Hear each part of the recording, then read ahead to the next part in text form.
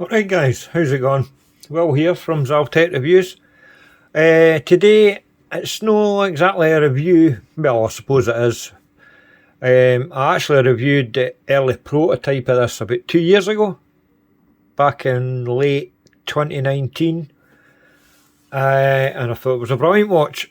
It's called the Burrard from York and Front Watches. They're based in Canada, and the watches themselves, they're designed in Canada, yet they're made in Switzerland. Well, let's have a wee look, shall we?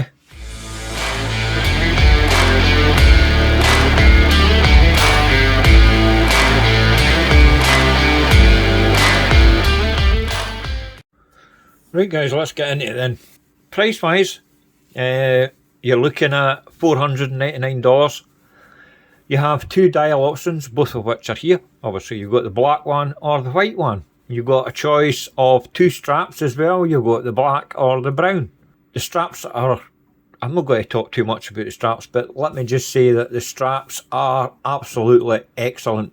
I'm not a big fan of two-piece straps. I mean, if I had to pick a strap, it would probably be the Erica's original Marine National strap. I love them. They're expensive, but they're worth it. Well, they're a bit overpriced, but they last for ages and they're so comfortable, and the way they've been made is bang on. Fucking hell, is this turning into a review Erica's originals? The straps on these are, as I said, brilliant. They're really, really soft. I mean, when these were sent to me, these were brand spanking new, and I've been wearing both watches just to get a feel for them again. As I say, it's been 2 years since I handled one of these. The one they sent me previously was a prototype, and it was the white one. Obviously they sent me the white one. But they sent me both this time. What I should have done, and now that I'm looking at both watches, I should have put the brown strap on the white dial and the black strap on the black dial. This is the way that they arrived, but I might swap them out actually, just to give you a thing. Because I'd wear the white one with the brown strap, or at least give it a try anyway. If you have a look at both of them, I know they're not coming across this on camera as just because of the angle and that, but to me the white one's much more legible than the black dial. But it's when you pick it up and you see the Arabics. The Arabics are brushed, by the way, on both. But obviously the contrast to the white dial, it just looks a bit more, in my opinion, it looks more legible. But in some lights, the black one, you know, the Arabics kind of disappear onto that black dial. Anyway, I still like both watches. I really do. That's the biggest difference between the prototype. The prototype that I was sent had the Salita SW200 in it. But for production and basically moving forward, all the Burrards, they all have the STP 1-11 movement in there. Now, some people might be have had bad experiences from what I've heard and read in certain Facebook groups and whatnot, and they're a bit put off. I know there's a latest version that's the STP 3-33. But to be honest with you, I've had loads of these watches, but watches with these movements in them, the STP 1-11, and not one has ever had any fault. I've still got one in my watch box actually, I can't remember what it is, but there is one in there, I know there is. And I've never had any issues with them. And they've always been relatively accurate. All single figures, seconds per day. The case materials on both watches, it's all stainless steel really. Case back, mid case, the fixed bezel. The crown. There's no bracelet for this. However, I will give you a wee tip. You can get a bracelet for this that fits perfectly. And it's called the US 1035 flat link bracelet that's supposed to be for the Amiga Speedmaster, and they're from Uncle Seiko, and they're only like $89. Personally, I would go. There's a few options you can get. Different types of finishing. You can get fully brushed. There's two different. There's all brushed or brushed and polished. If I can get the pictures, I'll put them up in the video so you can see. But they'll obviously be fitted to an Amiga Speedmaster. But I'll give you an idea of what the bracelet looks like. Looks pretty good if you ask me. I would prefer this. I would take. Now, you'd probably go, I need it, right? But I would take the white one. I would always go for the white one. I love white dials. And I would go for the all brushed bracelet from Uncle Seiko. And you can also opt for the solid end links and all the rest of the stuff. In fact, to be honest with you, I'm going to say to the owners of, Christ, I forgot the name again. York in Front. I had their names and all that too, but I've no put them on my notes. What an arsehole. I'm going to say to them, let me keep this white one. I'll send you back the black one. I'll go out and buy that Uncle Seiko strap, the bracelet, and I'll do a follow-up video with it. If York in Front want some money for this, well, aye, that's alright. Case back you can see there with the Y&F logo. Usual specs and whatnot. Automatic 100 meters. I'm just seeing if there's a unique serial number. This is number 20. What's that? 25 from 100. Signed crown, obviously. The bezel is fixed and it's polished. It's really nice. Now, I remember when these first came in, and the first thing I said was that the quality of the finishing that's on these, on the case, it's really nice. Really, really nice. And the transition between the brushed and the polishing, superb, man. Razor sharp. Quality of the oh, there you go. Quality of the polishing is stunning. It's like a mirror. And I'm glad they never polished the side of the case either, it's brushed. So there's just the right amount of polishing on this. I really, really like it. And it sits on your wrist perfectly. I mean, look at that profile there. It just sits on your wrist perfectly.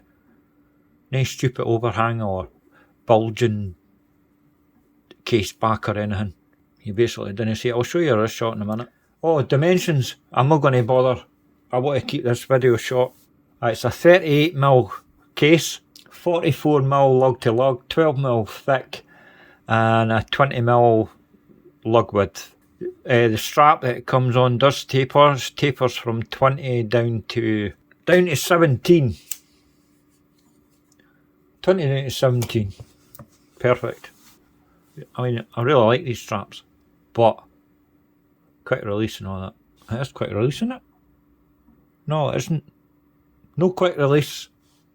But it doesn't matter, I take it off and put that bracelet on that I mentioned. I'll put a link for, obviously, the watch and the bracelet in the description, so if you buy one, you know where to get it. You know which exact one, because there's like quite a lot of choice on Uncle Seiko.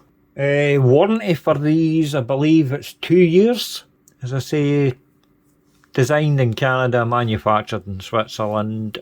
You've got all the Arabics are applied, and it's like brushed steel, and it's done extremely well. You've got minute track, is that a railroad track around the edge? It's quite hard to see with the distortion of the sapphire crystal. I think it is double railroad track printed right around the edge in black. And you've got Swiss made either side of the marker at 6. And the brand along there at the usual spot. They've also made the hands with like a gunmetal type, almost black surround. So it works really well on the white one. I think it's silver on the black one. Yep, silver.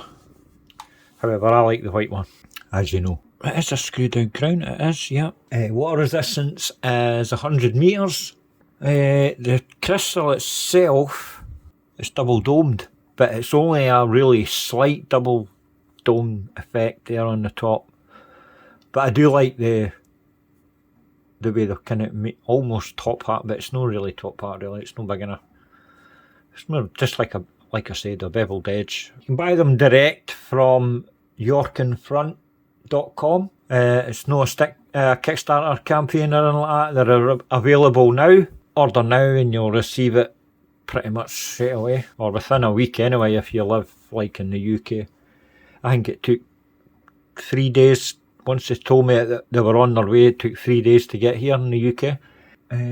Just trying to think if there's anything else that I've missed. Said all that, blah blah, fucking blah. Aye. I'll just give you a quick wrist shot. Quick wrist check.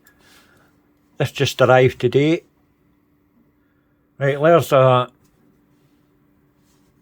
I should actually zoom out a bit, shouldn't I? There's a wrist shot there.